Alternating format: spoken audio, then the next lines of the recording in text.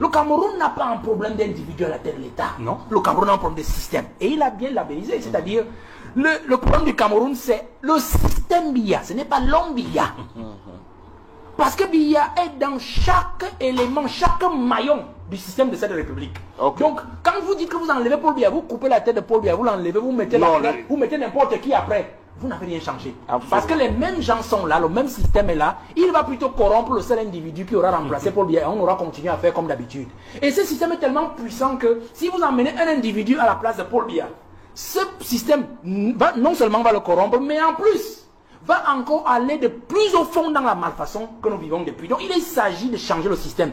Et il n'y a que Paul Biya actuellement, du moins avant l'élection présidentielle, qui doit commencer le travail de décrotage de son propre système pour alléger la tâche à celui qui viendra. Comme je l'ai dit, que ce soit un opposant, que ce soit quelqu'un d'autre, vraiment, nous souhaitons que ce soit un opposant, celui qui aura le meilleur programme, qui aura le meilleur profil, qui le remplace. Il s'agit de la République. Au-delà de ce qu'on est des opposants, d'autres sont au pouvoir, il y a la République. On s'oppose parce qu'on veut le bien du Cameroun. Eux aussi sont là-bas parce qu'ils peut-être ils veulent leur propre bien. Mais au fond aussi, il y a aussi un bien du Cameroun qu'ils doivent vouloir. Et Paul Biya est le seul qui a reçu l'élection, pas eux. Donc c'est à lui que le peuple s'adresse, c'est à lui que tous les opposants s'adressent pour qu'il fasse le geste, qu'il montre au peuple camerounais qu'il mérite l'élection qu'on lui a donnée 7 fois depuis 1982, qu'il fasse au moins le job. On sait qu'il est fatigué, on sait qu'il ne peut plus nous donner les routes, il ne peut plus nous donner les immeubles, on ne peut plus donner les ponts, les ceci, mais au moins qu'il apporte ces gens-là dans son départ et dans sa chute, pour permettre à celui qui viendra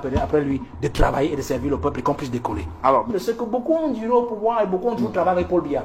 Et d'autres pensent qu'en fait, comme ils sont des amis de Paul Biya, comme ils ont toujours travaillé avec Paul Biya leur a fait tellement confiance, ils ne pensent pas que Paul Biya peut faire autrement. Puisse faire autrement que ce qu'il a toujours fait. Et donc aussi, certains ont été à la position que le ministre Ngongo a actuellement. Et qui n'ont pas peut-être accepté que ce soit lui qui les remplace. Et une fois qu'ils sont au gouvernement, s'érigent en contestataires systématisés du travail de l'action secrétaire général de la présidence de la République. Parce qu'il faut bien dire que l'actuel ministre de la Justice, c'est lui qui était là jusqu'en 2011. Parce qu'il a été nommé secrétaire général de la présidence de la République en 2006 après Jean-Marie Atamabara et il en est sorti en 2011. Et donc Bongo est arrivé à son remplacement. Donc on comprend que doublé de sa casquette vieil ami du président, parce que c'est la génération 69, le ministre de la Justice est entré à l'ENAM en 69, il en est sorti en 71. Et avec le président de la République, ils ont travaillé, ils ont évolué jusqu'à aujourd'hui. Donc, il n'a pas compris en fait qu'il ne veut pas intégrer que quelqu'un d'autre est assis à la place qu'il a occupée hier et qu'il peut en recevoir des instructions. Parce que lui aussi, que ce soit lui, le ministre de la Justice actuel, lorsqu'il était SGPR, que ce soit son prédécesseur, que ce soit Marafa, que ce soit tous les autres, ils ont bénéficié de la même délégation de signature et ils ont donné les mêmes hautes instructions et les mêmes ordres du chef de l'État. Ils les ont fait répercuter au ministre. On peut citer des cas et des cas dans cette République. Donc, dans la hiérarchie, du moins, dans le travail administratif de tout ce temps-là. Donc, moi, je dis qu'on est dans un imbroglio. Parce que vous allez donc comprendre une affaire aujourd'hui quand on parle de Sundance et Cam Iron. Les gens se disent, parce que quand on voit la première lettre du ministre délégué au SGPR, on comprend qu'il est pratiquement au bord de l'irrespect. De l'irrespect. C'est-à-dire qu'il veut rappeler au SGPR que vous n'êtes pas là, dans le dossier, c'est nous l'agent de l'État, c'est nous le conseiller juridique de l'État, et en l'ère actuelle, nous n'avons jamais désigné un agent, alors que c'était une erreur, alors que effectivement c'était bien le cas depuis 2022. Donc en fait, il n'avait pas le fond du dossier, mais il s'est empressé de donner des leçons au secrétaire général de la présidence de la République. Je crois que peut-être quand on lui a fait partir au fond du dossier, on peut justifier qu'il se soit définitivement plié, et il a compris peut-être qu'on a voulu l'utiliser dans une guerre qui a toujours existé entre un proche collaborateur et ami du président de la République, qui est le ministre de la Justice, et ce collaborateur qui est le secrétaire général de la présidence de la République, ministre d'État.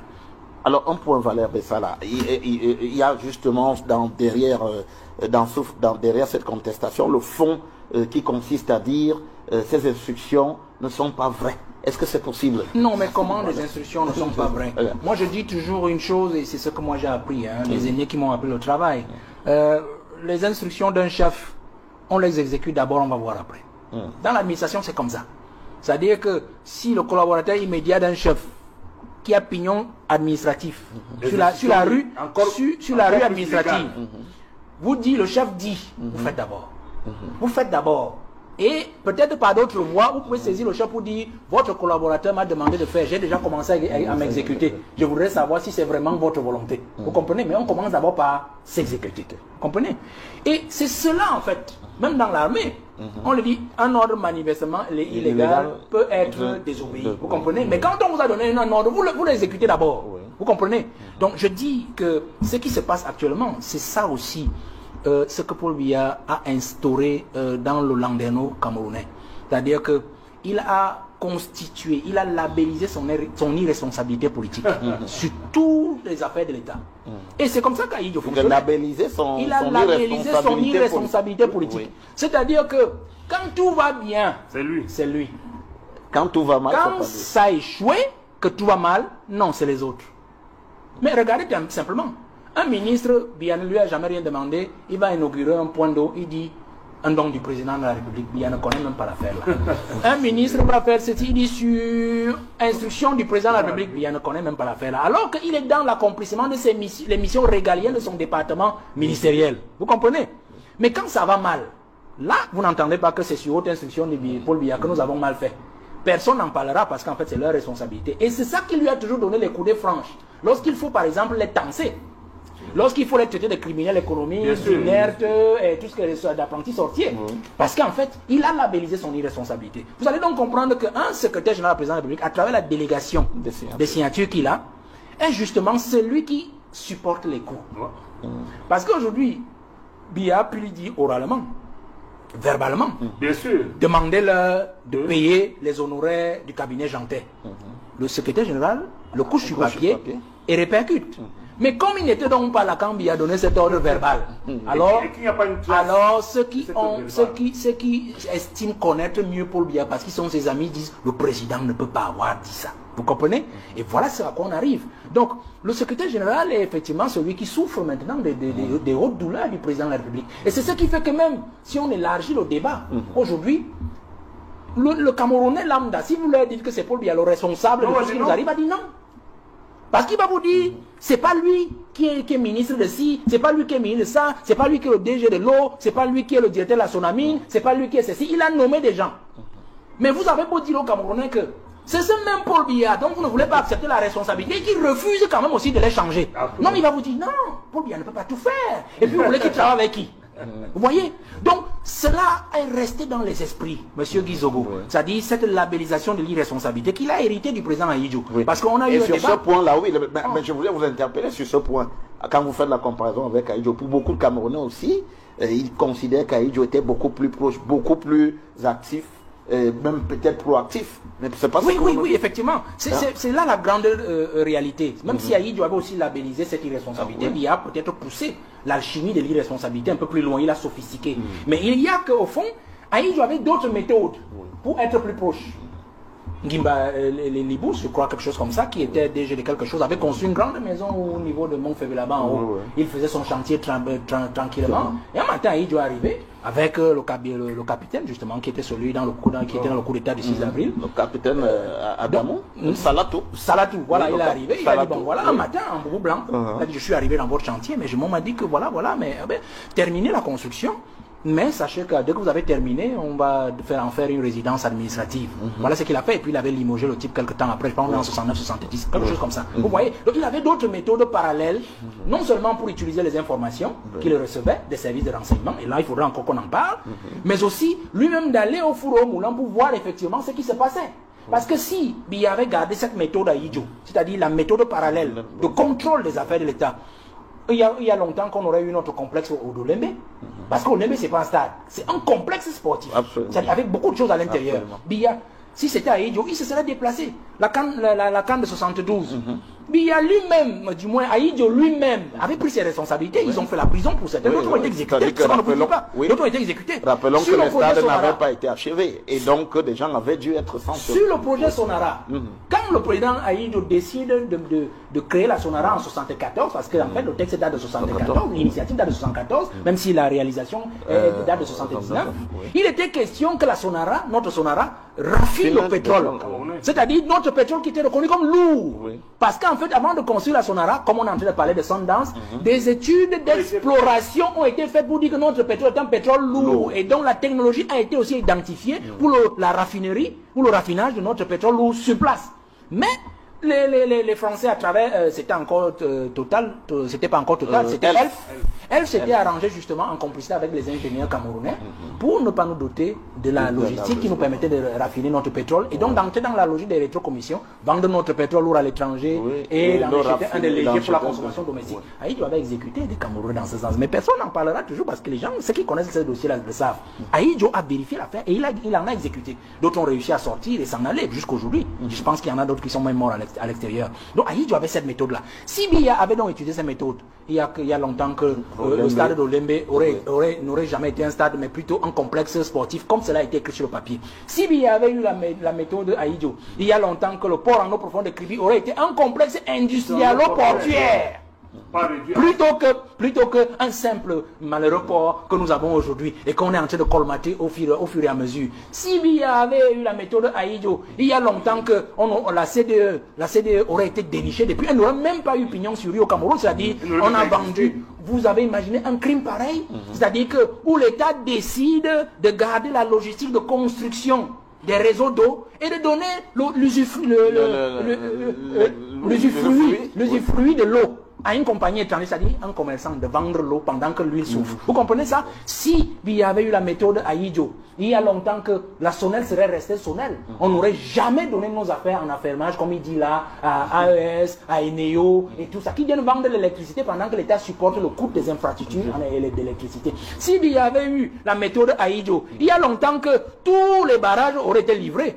Mekin aurait été livré, Lompanga aurait été livré, Mbele aurait été livré.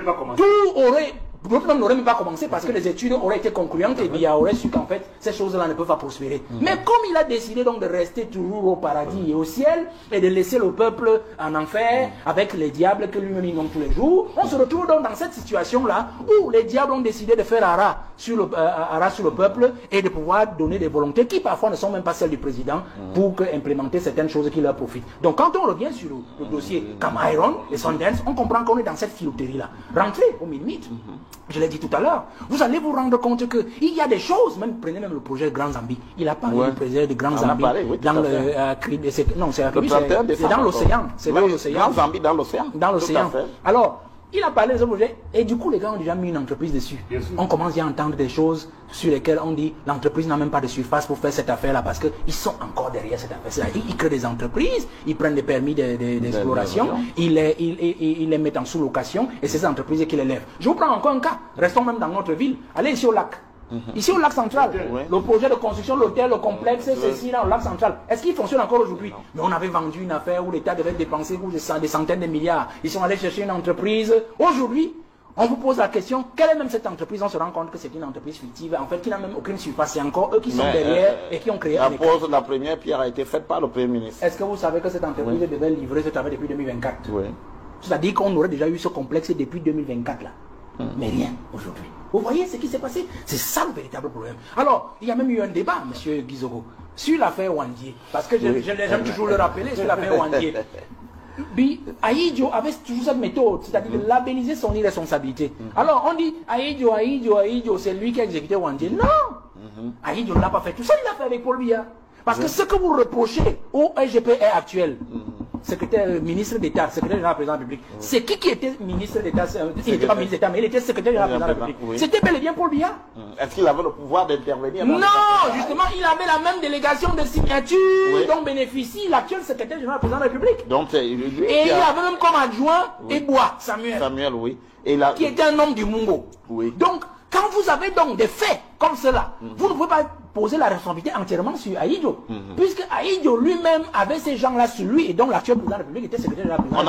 On comprend donc que dans l'exécution de Wandier, Aïdjo n'a pas pris le téléphone et a appelé le juge pour dire voilà le sens de la décision. On comprend bien qu'on est passé par le secrétaire général de la présidence de la République qui a répercuté les instructions au ministre de la Justice qui lui-même a parlé au juge et on est arrivé à ces résultats. La même chose avec Ndormo puisque Ndormo et Wandier étaient dans la même affaire. Vous comprenez? Et donc j'ai pris cet exemple pour que vous compreniez que le secrétaire général est justement dans son rôle. Et on peut dire tout ce qu'on veut de la délégation de signature, même si ça rend un peu le roi feignant, mais il y a le fond. C'est que, en l'état actuel, le président est fatigué. Et le secrétaire général, président de la République, à travers ces délégations de signature, a encore suffisamment d'énergie pour au moins courir derrière les ministres qui sont dans la malfaçon, qui sont dans la trahison, qui sont dans la haute trahison, qui sont même dans l'intelligence avec l'ennemi. C'est-à-dire parce que ce n'est pas parce que ça ne porte pas sur le domaine sécuritaire que vous allez penser qu'on n'est pas... On est dans une affaire d'intelligence avec l'ennemi. C'est-à-dire qu'une entreprise est fautive sur toute la ligne, n'a pas produit le document, n'a pas produit les résultats escomptés dans le travail d'exploration, de recherche du fait de Mbalam. On lui a quand même donné un permis d'exploitation, on ne sait trop comment. Et on lui a donné une garantie souveraine en milliards que l'entreprise a exploité au niveau de la bourse, a fait tourner, a eu des bénéfices. Et des individus empêchent l'État d'aller en justice, donc au procès arbitral, pour aller négocier sur les 94 milliards. Ça, c'est une intelligence avec l'ennemi, vous comprenez? Donc, on va poser ce problème. Mais il y a aussi le fond. C'est que Paul Biya est quand même aussi décevant sur ce point. C'est-à-dire que les services de renseignement font leur travail dans ce pays. Mais on ne comprend pas pourquoi le travail des services de renseignement n'est pas toujours suivi, n'est pas toujours répercuté auprès du président de la République. Là, on va peut-être aussi poser le problème de la délégation de signature, M. Zogo. C'est-à-dire qu'on sait que le secrétaire général du président de la République, c'est lui, par exemple, qui gère la DGSN. Hein? Oui. La DGRE, par exemple. Et la DGRE. Non, on va dire une partie. Oui, une partie à DGRE. Parce qu'on sait que la DGRE a d'autres moyens pour atteindre le président. Elle peut passer par l'état-major du président, vous comprenez. Mais la DGSN, c'est systématiquement. C'est-à-dire que si le DGSN touche le président, c'est peut-être du fait de leurs relations personnelles qu'ils ont. Mais on sait que c'est le secrétaire général de la présidente de la République qui gère le service de la sûreté nationale. Alors, ces services font leur travail. On a même eu des rapports sur cette affaire Sondens, je crois depuis 2007, ça dit qu'ils montraient effectivement que des papiers de la DGRE et même de la DGSN, la surveillance du territoire, qui montraient que Cameroun était une entreprise fictive, ou du moins qui avait été créée uniquement pour ce dossier, pour les besoins de cette cause-là. On a eu des documents sur, il y a même des investigations jusqu'en Australie, sur Sondens, justement, qui avaient des difficultés à prouver un lien immédiat avec Cameroun dans ce dossier.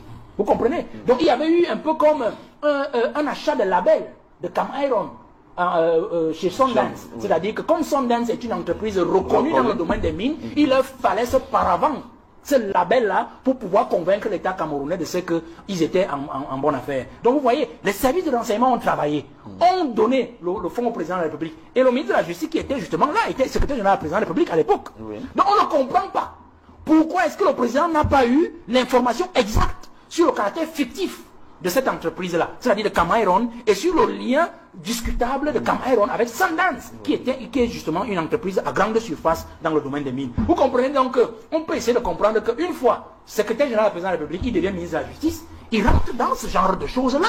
Parce qu'effectivement, il n'y a pas de délit d'initié. C'est-à-dire que vous connaissez le dossier depuis que vous étiez secrétaire général du président de la République, vous arrivez sur la scène ministre de la Justice et vous dévoyez l'État du Cameroun sur la défense de ses intérêts, qui sont des intérêts judiciaires sur le plan arbitral, où l'État peut avoir raison et même obtenir gain de cause et des dommages et intérêts, ou le paiement de son préjudice économique, et vous décidez d'aller plutôt négocier une affaire. Parce que quand vous allez déjà en négociation, celui qui accepte d'aller en négociation et évite la voie judiciaire, avoue déjà en partie sa faute.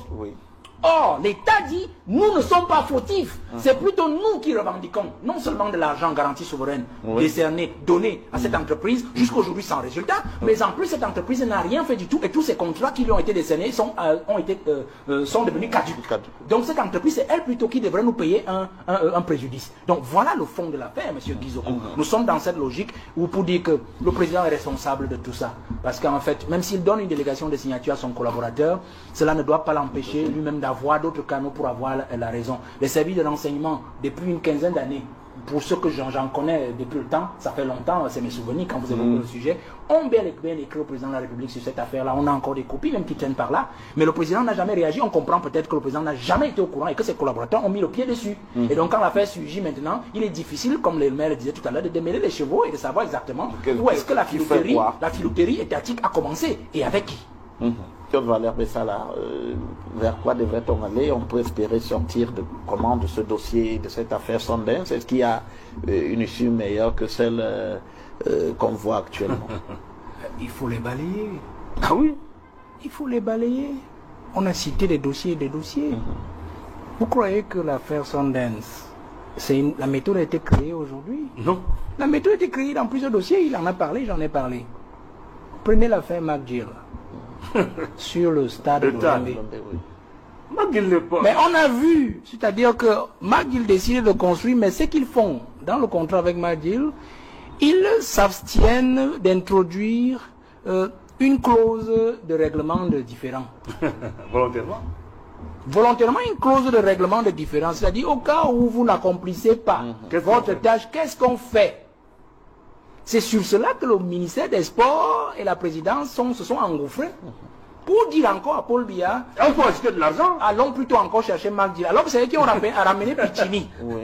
À la suite de McGill, vous dites non, McGill ne peut pas accomplir. Et c'est eux qui disent encore à McGill va porter plainte. Parce qu'une fois qu'on va dire, et c'est eux qui font encore notre président, si nous allons en justice avec McGill, ce sera beaucoup de milliards qu'on va perdre. Mieux, on résilie le contrat avec Piccini, on rappelle McGill et on lui ajoute tant de milliards pour finir le travail. La conséquence, c'est que l'argent que McGill a d'abord eu sans finir le travail est enterré. Ouais. Et il faut encore lui donner un autre argent pour un marché dont on n'est même pas sûr qu'il va accomplir le fonds de travail. Vous comprenez? Ouais. Donc c'est des schémas qui sont faits depuis monsieur Guizoro. Donc nous pouvons citer des cas et des cas dans les dossiers de la République. Donc pour moi, le président, il doit les nettoyer. Il doit les nettoyer. Et dans la logique politique dans laquelle je me trouve, j'ai toujours dit aux jeunes de patienter. De patienter parce que le trouble aujourd'hui ne profitera pas à la jeunesse et à la postérité. Ces gens qui prennent des milliards là, leur souhait, c'est que si le peuple peut se lever demain et chasser Paul Biya, ça fait leur affaire. Parce qu'ils sentent déjà que Paul Biya, étant déjà âgé, ne tient plus vraiment les manettes. Et à tout moment, il peut choisir une solution dans la succession qui ne convient pas à leurs intérêts. Vous comprenez? C'est là où nous tenons donc bon avec la jeunesse. Nous disons, si Paul Biya doit aller jusqu'au bout, qu'il aille au bout. S'il veut être candidat, qu'il soit candidat, mais que nous allions l'humilier à l'élection. Mais pas que nous ayons un individu à la place de Paul Biya qui aille aux élections avec lui, qui ait encore par exemple les jambes fortes et les muscles assez constitués, et où le peuple dira, lui quand même peu, lui quand même peu. Donc il faut que Paul Biya assume sa responsabilité, c'est ce que nous disons à la jeunesse tous les jours, qu'il assume sa responsabilité devant l'histoire, parce que nous continuons à refuser de penser, et c'est ce que je dis à la jeunesse tous les jours, que Paul Biya va accepter de sortir de l'histoire du Cameroun par la honte, par la petite porte. Donc c'est cela qui nous fait encore garder cet espoir, parce que au-delà de l'opposition politique de M. le maire et moi, vous comprenez, il y a qu'on a beau être opposant, mais il y a quand même que le Cameroun. C'est-à-dire que ce n'est pas parce que nous voulons le pouvoir qu'on va souhaiter que Paul Biya échoue, que Paul Biya garde le Cameroun comme il veut, parce que ça va montrer que les opposants avaient raison. Non, le Cameroun ne doit pas sombrer dans la misère, ne doit pas sombrer dans la malfaçon, parce qu'il faut que les opposants aient raison de ce que Paul Biya était le plus mauvais. Vous comprenez? Absolument. Donc nous devons garder au moins une chose, c'est que Paul Biya étant au pouvoir, qu'il fasse au moins un dernier acte dans la danse qu'il a commencé depuis 1982, en évacuant une bonne partie. J'ai l'habitude de le dire, et le maire venait de le dire. Le Cameroun n'a pas un problème d'individu à la tête de l'État. Non. Le Cameroun a un problème de système. Et il a bien labellisé, c'est-à-dire, le problème du Cameroun, c'est le système Biya, ce n'est pas l'homme Biya. Parce que Biya est dans chaque élément, chaque maillon du système de cette République. Okay. Donc, quand vous dites que vous enlevez Paul Biya, vous coupez la tête de Paul Biya, vous l'enlevez, vous mettez vous mettez n'importe qui après. Vous n'avez rien changé. Absolument. Parce que les mêmes gens sont là, le même système est là. Il va plutôt corrompre le seul individu qui aura remplacé Paul Biya et on aura continué à faire comme d'habitude. Et ce système est tellement puissant que si vous emmenez un individu à la place de Paul Biya, ce système non seulement va le corrompre, mais en plus va encore aller de plus au fond dans la malfaçon que nous vivons depuis. Donc il s'agit de changer le système. Et il n'y a que Paul Biya actuellement, du moins avant l'élection présidentielle, qui doit commencer le travail de décrotage de son propre système pour alléger la tâche à celui qui viendra. Comme je l'ai dit, que ce soit un opposant, que ce soit quelqu'un d'autre, vraiment, nous souhaitons que ce soit un opposant, celui qui aura le meilleur programme, qui aura le meilleur profil, qui le remplace. Il s'agit de la République. Au-delà de ce qu'on est des opposants, d'autres sont au pouvoir, il y a la République. On s'oppose parce qu'on veut le bien du Cameroun. Eux aussi sont là-bas parce qu'ils peut-être veulent leur propre bien. Mais au fond aussi, il y a aussi un bien du Cameroun qu'ils doivent vouloir. Et Paul Biya est le seul qui a reçu l'élection, pas eux. Donc c'est à lui que le peuple s'adresse, c'est à lui que tous les opposants s'adressent pour qu'il fasse le geste, qu'il montre au peuple camerounais qu'il mérite l'élection qu'on lui a donnée 7 fois depuis 1982, qu'il fasse au moins le job. On sait qu'il est fatigué, on sait qu'il ne peut plus nous donner les routes, il ne peut plus nous donner les immeubles, on ne peut plus donner les ponts, les ceci, mais au moins qu'il apporte ces gens-là dans son départ et dans sa chute, pour permettre à celui qui viendra après lui de travailler et de servir le peuple, et qu'on puisse